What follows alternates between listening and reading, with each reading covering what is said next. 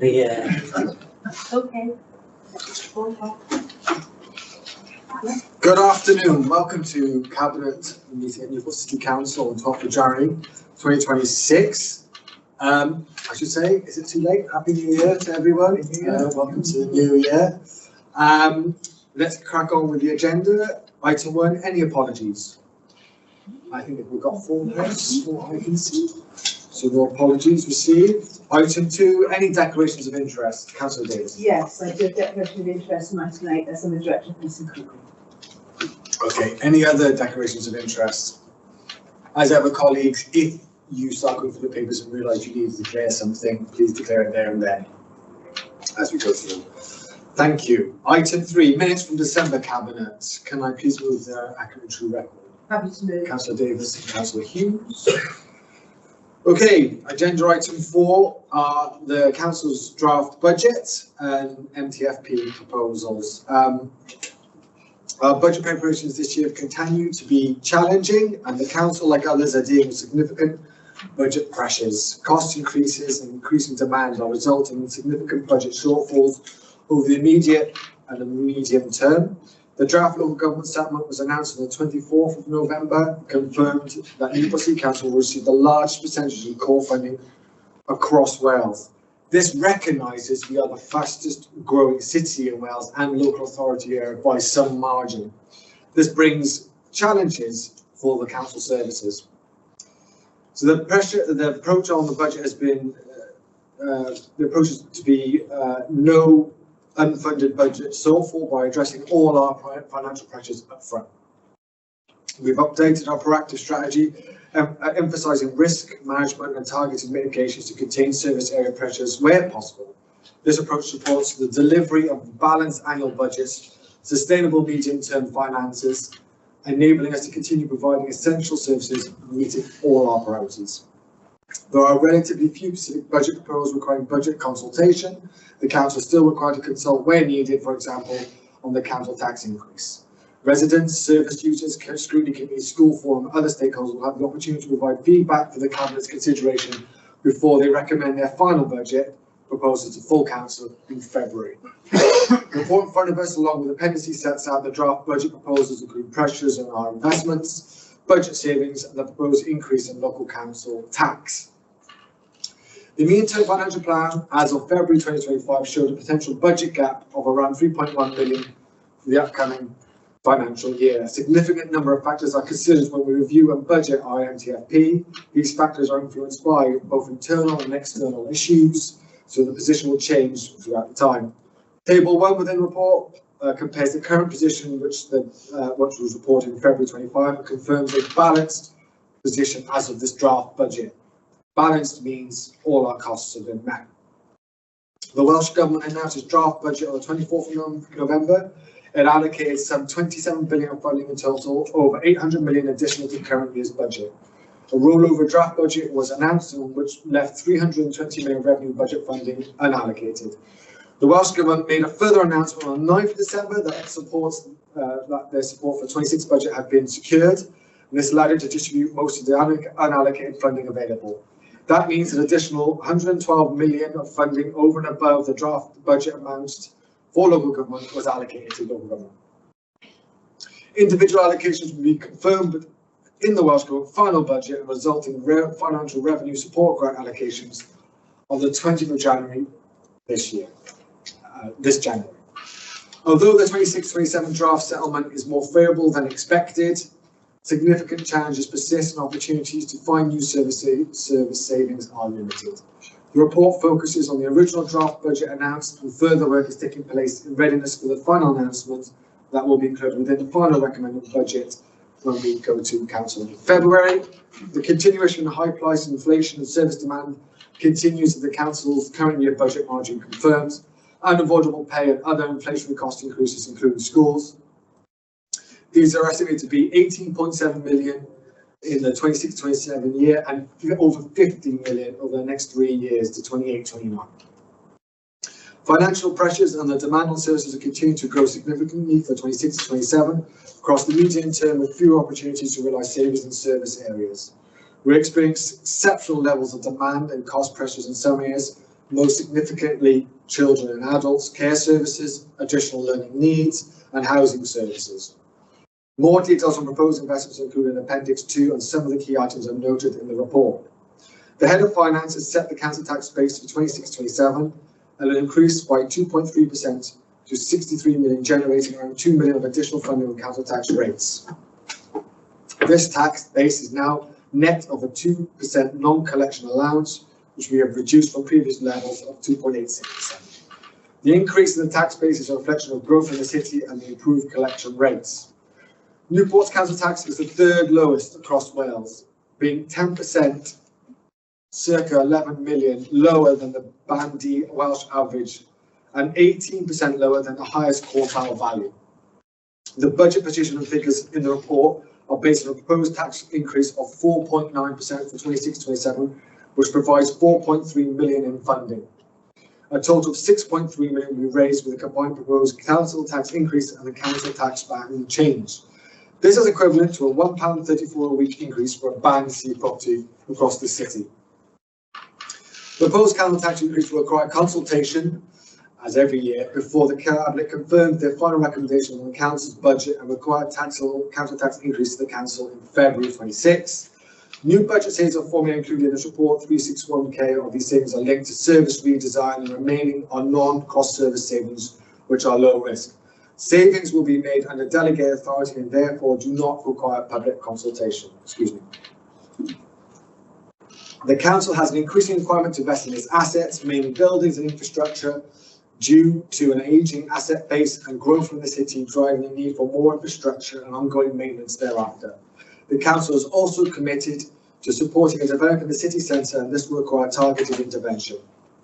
The current capital financing budget can sustain capital programme currently in place, but will require investment during 28-29. An additional borrowing not within the current budget will impact on the capital financing requirement and speed up the need for investment. Our draft budget does not include any saving targets against the school budgets. These are currently shown to be increasing by just over £8.4 million for our schools. That's 5.6% increase, and I'm sure that'll be welcomed by schools across this city. These cover the usual pay and other cost increases and funding to accommodate and retain current funding levels to an increasing school population and investment in additional learning needs provision. Mentioned earlier the new approach taken by service areas. They have undertaken comprehensive reviews of their operations and identified a range of mitigation measures for some of their existing budget pressures, summarised in Table 7 of this report. Therefore, not included in the current draft budget and MTFP, and total 4.9 across the 3 years. There are potential risks associated with this approach, which I outline in the report, but the main risk that the mitigation through service renewal may not be achieved as planned. As part of this service area redesign, certain financial pressures will be addressed through one-off investment from reserves to support short-term transformation activities, with the objective of delivering permanent cost reduction. Section 5 and Appendix 6 of 7 of the report provides details of existing reserves and their projected balances. It should be also noted that our proposed increases in service areas includes an extra 10% uplift for children's services, and I believe over 9% for our adult services. There's also service increases for our infrastructure team, our environmental protection team. This is not only no cuts, this is investment, and it's thanks to Welsh Labour government in Wales and the UK government in Westminster for actually investing in public services compared to the last 14 years of austerity.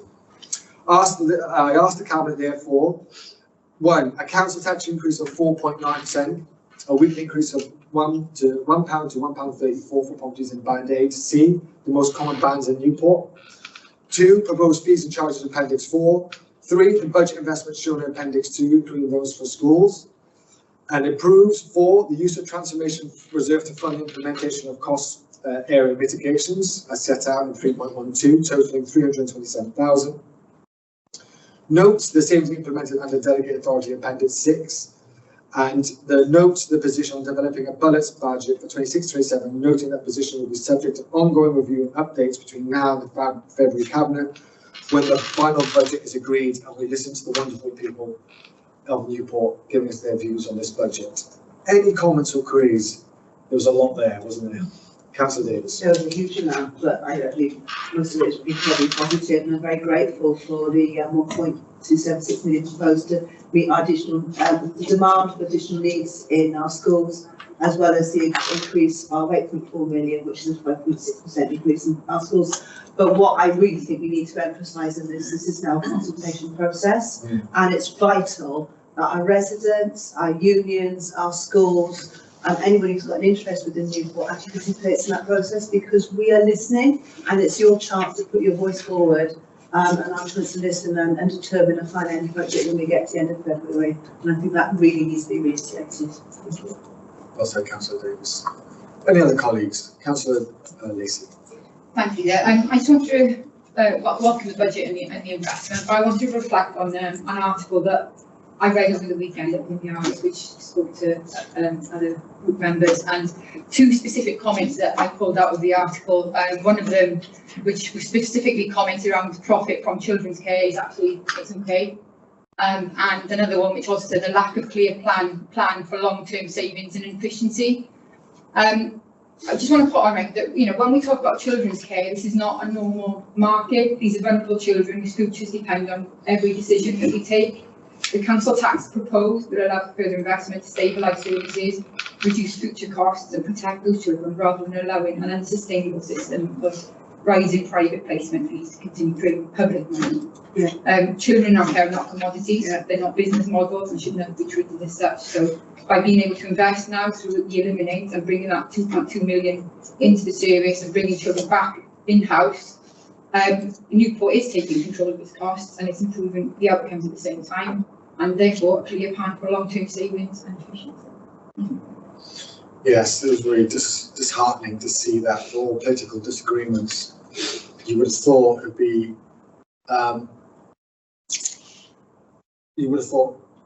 you know, common humanity would suggest that we should take profits of looking after the most vulnerable children, but clearly the world and some people's views on it are quite stark, if I'm being diplomatic as possible. Any other comments? Councillor Howes. Thank you. I just wanted to echo what you were saying, really, which is, you know, to, I think, express thanks to the Welsh Labour government in the Senedd and the Labour government in Westminster for enabling us to have a good investment level budget from that RSG settlement grant. Not something that we were receiving during the austerity years, I think it's fair to say, and it means that we're not in an unenviable position of, you know, working out what services we need to cut. And I think combined with you know, council tax levels proposed, it'll be an investment budget, as you say, and just looking at infrastructure, you know, it's going to enable us to keep resurfacing roads, something that was very difficult under the austerity budget, and that I'm sure every resident in the city would agree we need to do it. So I think, you know, I think it's just a matter of expressing thanks and reflecting that I think we're quite grateful to be in this position. Councillor Clark. Thank you, Leader. Yeah, I just want to make the point that we're going to go in this next 2 or 3 weeks period into consultation, and you're going to see a lot of social media and a lot of views, I'd say. But I'd ask the residents of Newport who can get involved in this is have their own views, because when you're going to see the headlines, but not every family has to use social services. Not every family has to use schools, but when you do use them, they're there, and they are so important. And we go for the headlines, and we'll see it. But I hope when people sort of get involved in this, it's their ideas rather than the negativity of what may not suit them. Think of the people around them who actually this is going to help.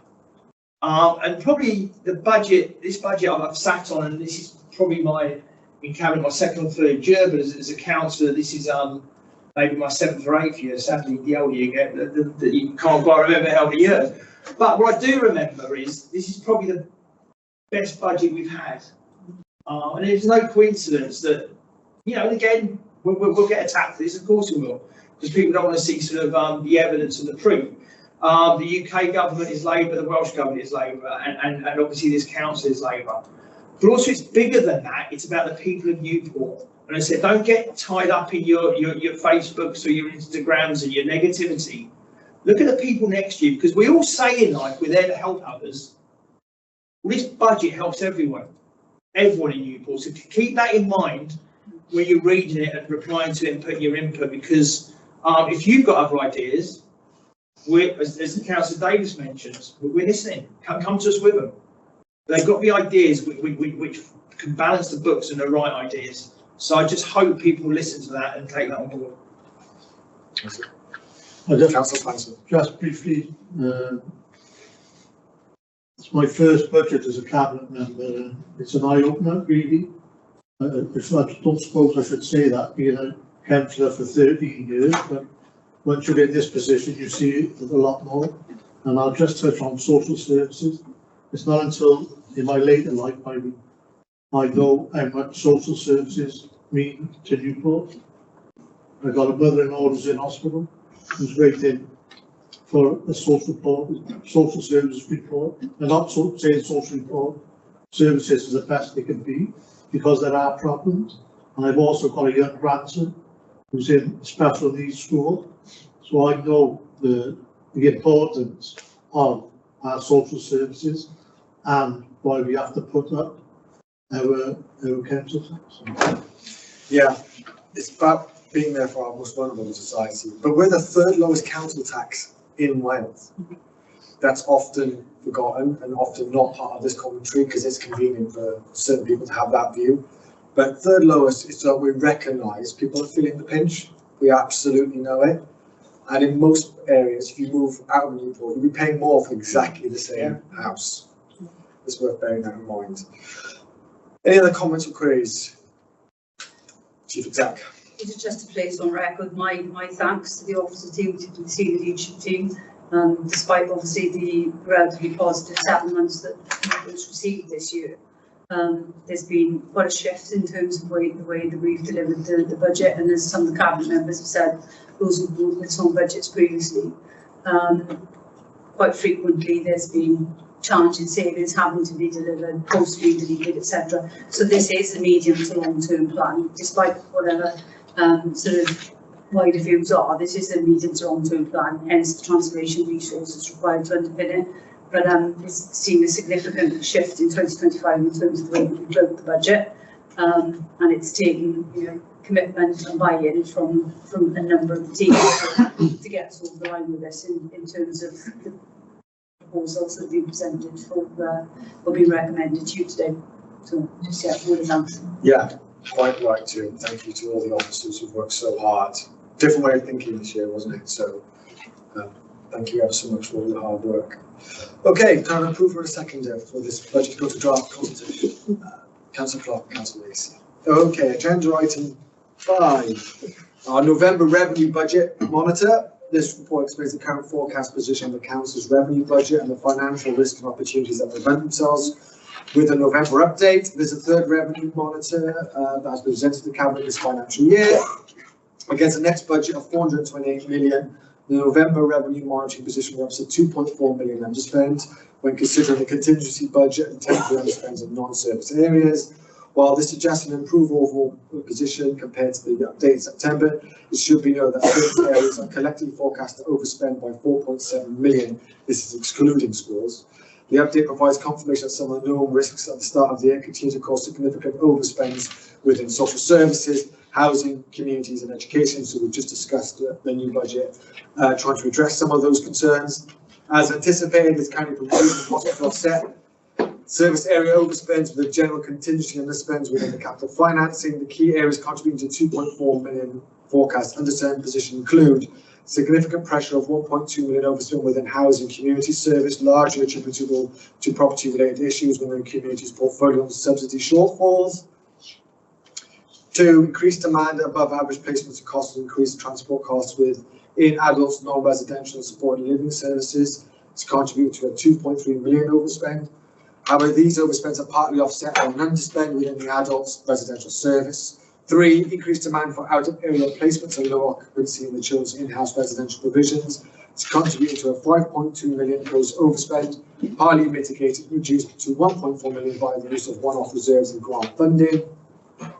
4, above average placement costs for 16+ accommodation have contributed a further 1.5 million overspend with children's services. 5, increased demand to secure additional ALM funding, local provision to avoid more costly out-of-area placements and contributing a further 842 overspend to the overall service position. 6, there are forecast underspends against non-service budgets, specifically the general contingency and capital financing. Savings in these areas are set out within the report on more than offsetting net service area overspends, resulting in a small underspend for the council. 7, this is anticipated shortfall against the delivery of 25-26 and prior year savings of 447k, and these shortfalls are part of the overall position being reported.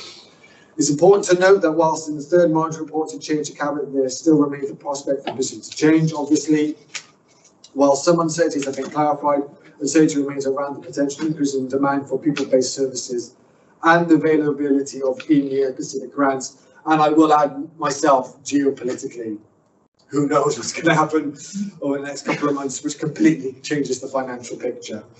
As relation to our schools, school variances managed by individual budget balances, the overall position underspend of 2.4 doesn't reflect the school's position. Schools are collectively forecasting an overspend against the budget of 4.5 million. Received balances reduced from 13.6 million to 9.1. That's reserves by the end of the financial year. Considering the level of recurring expenditure included within the 4.5 million overspend, there is risk of further schools entering a deficit position in future years. Robust monitoring will be required for the remainder of the year to ensure that schools plan for this risk and take necessary steps to avoid this or minimise the impact, and hence why we're putting 5.6 million draft consultation. It's for 5.6% uplift in our schools for next year. In line with the Council's financial regulations, Cabinet is asked to approve the budget requirement of 168k from the home to school transport budget to manage budget pressures in relation to winter maintenance, traffic management and waste cleansing within the overall infrastructure service area as set out in section 2.7 of the report. Reserve request, Cabinet is asked to approve the recommendation to create a new earmark reserve in relation to a no one left behind scheme. So any funds not spent annually may be credited to this reserve pending spending in the future aligned with our anti-poverty agenda as set out in section 4.3 of the report. Further to the report, Cabinet is asked to approve the following transformation reserve request. The extension of the customer contact project to 455k to accommodate the growth in the project scope and enhance existing resources until the 31st of August 27. Environmental Sustainability Transformation Programme to deliver several projects over the next 24 years, aiming to improve the delivery of frontline services, service resume and implementing new technology. That's 850k. To ensure the transformation reserve stays above the level, Cabinet is asked to approve the top-up of transformation of 1 million from private spends reserve. I ask the Cabinet to consider the following proposals. Note the overall budget forecast outlined within this report. Note the overall current overall shortfall in delivery of 25-26 revenue budget savings, and for Cabinet members to work hard within the service areas to deliver these savings. To note the overall position in relation to schools, acknowledging the risk that further individual deficits could emerge by the end of the financial year. To note the forecast movement in reserves. Approve the budget via recommendations set out in 2.7 of the report. Approve the recommendation to create a new earmark reserves in relation to the no one left behind scheme so that any funds are spent annually may be credited to this reserve. To approve the transformation request for 1.2 million and approve a top-up to the transformation reserve of 1 million for the prior year underspend. Note the risk identified throughout the report and the head of finance comments as such related demand issues being faced. Any comments or queries, colleagues? So much there. Try saying it. Okay, brilliant. And I have approval. Councillor Davis, Councillor Clark. Okay, agenda item 6, capital monitoring additions. Again, unfortunately, colleagues, it's me again. This is our third monitoring, as like the revenue for the Cabinet, outlining the position of capital expenditure and monitoring. The report outlines the changes made in the programme following a further reprofiling of all the schemes and provides an update to the level of available capital headroom. The report also details the additions to the programme that have been identified and seeks our approval for these additions. The first section outlines the movement in the capital budget since the last report was presented to Cabinet, which was the October 25 monitoring and additions report. The net value of additions and amendments to the current capital programme since then is 110k, and these are broken down in Appendix A. We are required to approve these additions and amendments. As a result of these changes, as of November 25, the current budget for 25-26 has now increased to just shy of 70 million, basically. However, this budget is still substantial and will be challenging to deliver in full.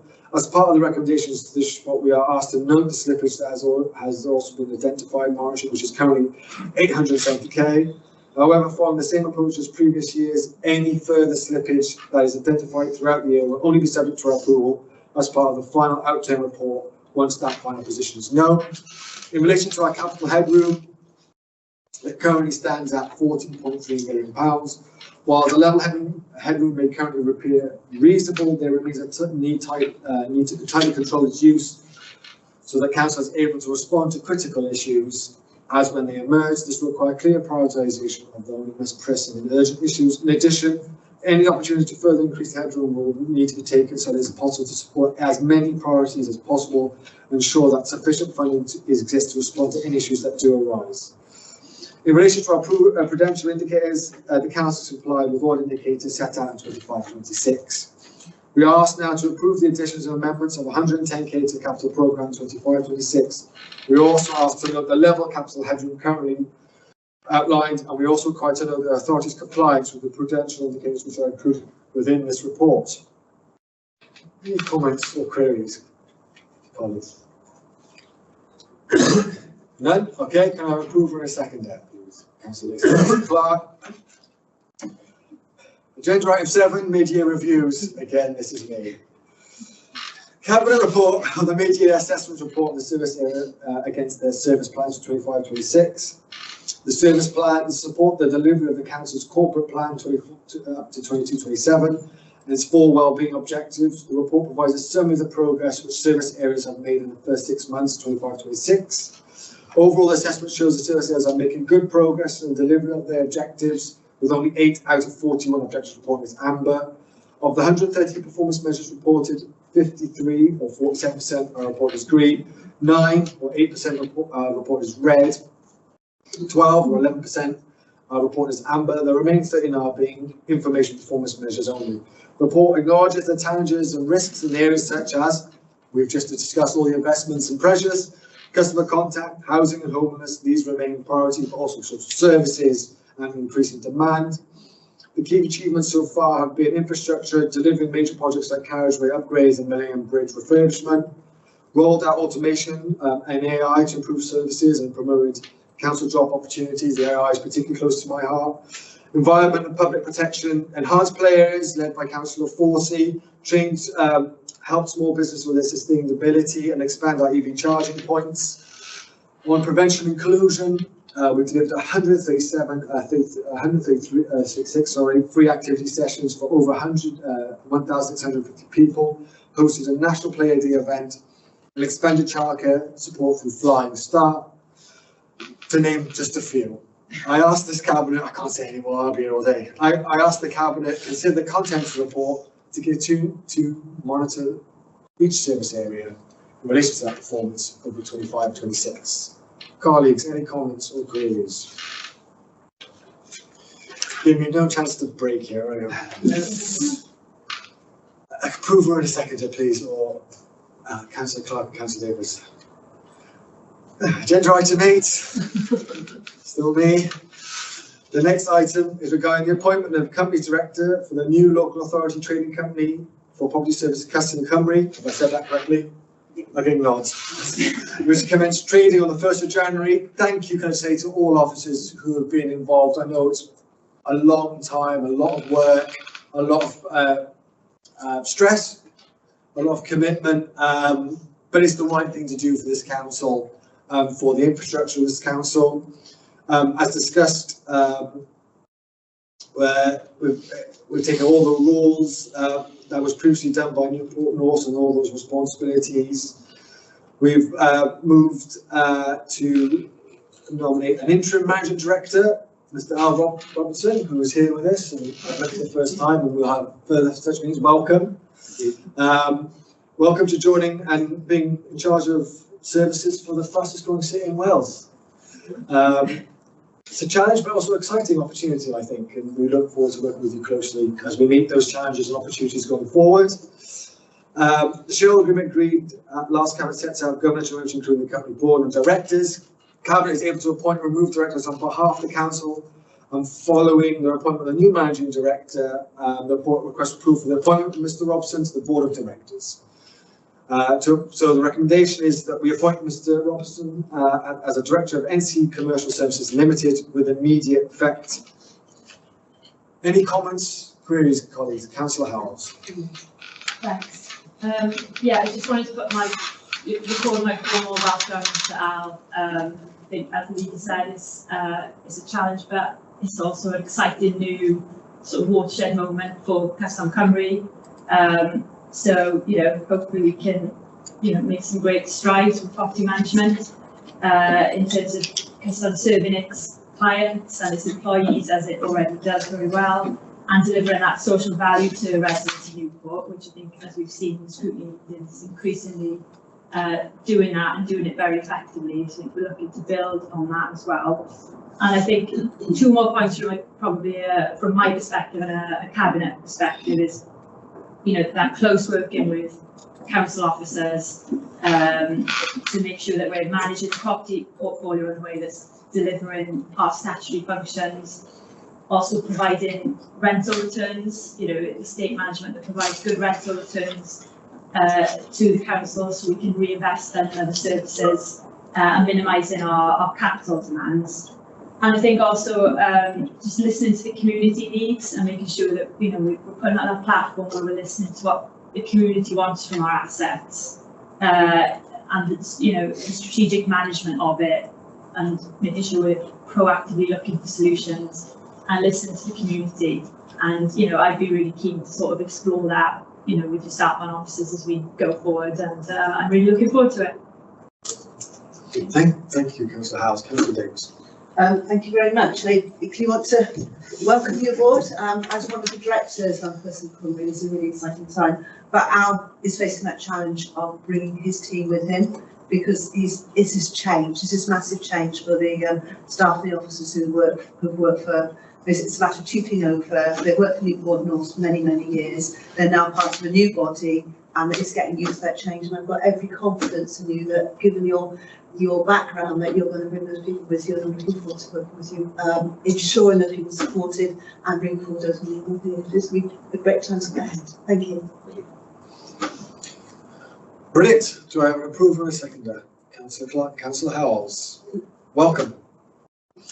Agenda item 9. It's still me. Killing me here, guys. You're killing me. Anti-fraud, bribery and corruption policy and fraud response plan.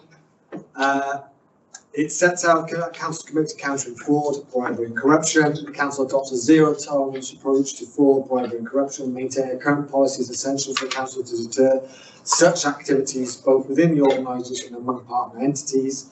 Minimisation of losses to fraud and corruption is essential for ensuring that public resources are used for their intended purposes, providing services to its residents.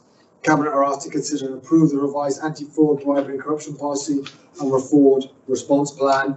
The document was reviewed and endorsed by Governance and Audit Committee on the 27th of November 2025, and a fairness and the quality impact assessment has been completed to support and inform the policy. I therefore ask the Cabinet to approve this plan. Any comments or queries? Can I have a mover and a seconder then? Councillor Clark and Councillor Lacey. Agenda item 10, the work programme. Can I move the work programme, please? Councillor Davis, Councillor Corton. Thank you ever so much. Happy New Year. I look forward to seeing you all in February for the final budget.